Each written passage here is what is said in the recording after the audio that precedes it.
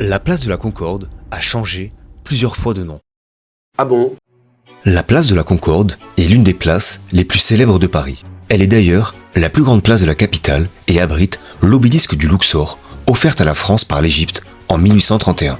Située au cœur de la magnifique perspective qui relie le Louvre à l'Arc de Triomphe en passant par le Jardin des Tuileries et les Champs-Élysées, la place a plusieurs fois changé de nom au gré des événements historiques qui ont marqué la France.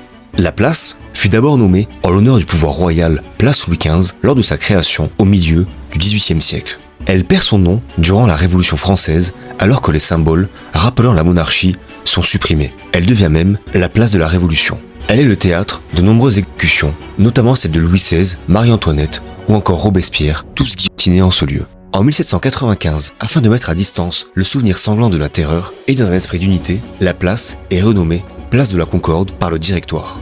En 1826, sous la Restauration, les rois Louis XVIII puis Charles X envisagent la place comme un instrument pour rendre hommage à Louis XVI. Ainsi, la place est renommée Place Louis XVI, tandis qu'un projet de construction d'une chapelle en son honneur voit le jour. Il n'ira finalement pas à son terme. Avec la révolution des Trois Glorieuses de juillet 1830, la place redevient la place de la Concorde. Elle cesse alors d'être utilisée comme un symbole monarchiste. Elle gardera ce nom jusqu'à nos jours. Ces changements de noms successifs démontrent que rien n'est jamais figé. Les reflets de l'histoire et des périodes, des événements que nous traversons sont visibles partout, notamment dans les noms des lieux, comme cela est particulièrement visible sur la place de la Concorde. Des symboles, tantôt valorisés par un régime, sont parfois balayés par le suivant. Pour ne rater aucune histoire, abonnez-vous.